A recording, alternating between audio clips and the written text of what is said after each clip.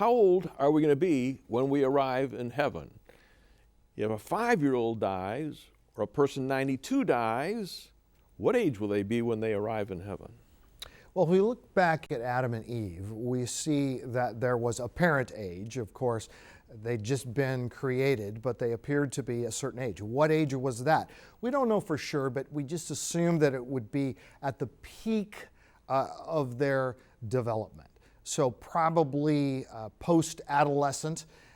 But in the resurrection, where will we be? Well, actually, a lot of ink was spilled over this in the Middle Ages.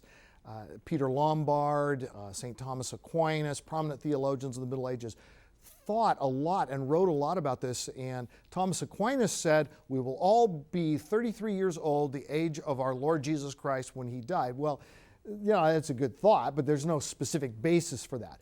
But certainly the idea probably would be something like in our 20s or whatever the peak of our development might be.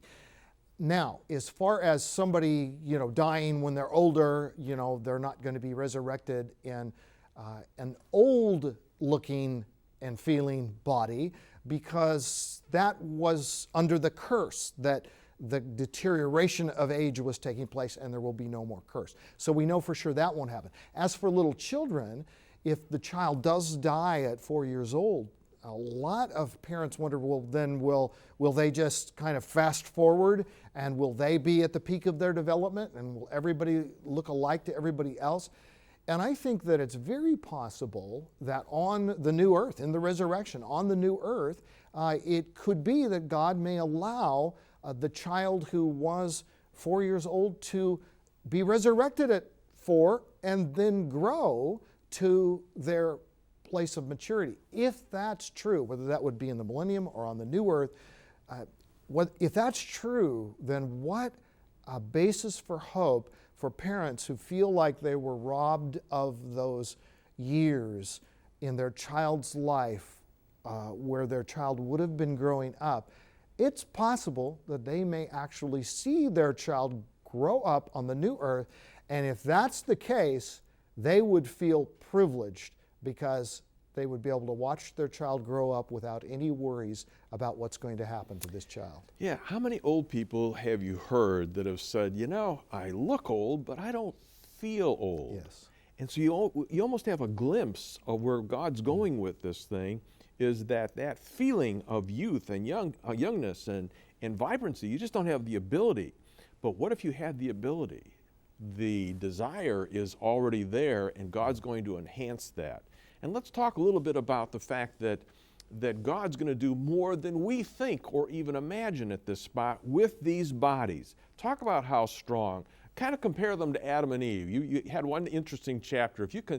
If we could see Adam and Eve now and compare them with human beings now, I think we would really be amazed. What are you talking about? Well, I don't think we realize how much we have deteriorated. I think if we saw Adam and Eve in paradise, in the garden, we would be stunned at their beauty, their strength, their capacity, because what happened in Genesis 3, sin comes into the world, immediately the curse falls upon us. And in the day you eat thereof, you shall surely die. But then we say, but they didn't die. I mean, they went on to live like 900 years or something. Right, and then the lifespan shortened after that, so that the curse and the effects and consequences of the curse got more and more severe. But I think if we could imagine what they were like, humanity at its very best, the way God intended, that would be a great picture of the resurrection. But in the resurrection, even beyond, because what we have to remember is God is not just going to restore Eden and restore original bodies. He's going to make it all better. And this is where the atoning work of Christ on the cross is so spectacular, because it doesn't simply apply to us as human beings, but to the whole creation that went down under the fall, that's going to be entirely resurrected and renewed.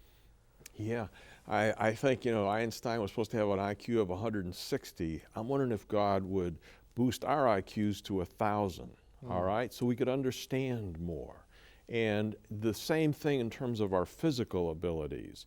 and being able to smell and to see and to feel things where you talk about God's got so many dimensions and so many colors and so many things that are out there that we're not picking up on right now because we just don't have the capability of doing that. But if God opens us up to all of that with these new bodies, it's going to be spectacular beyond anything that we can really imagine. But he gives us glimpses of these things.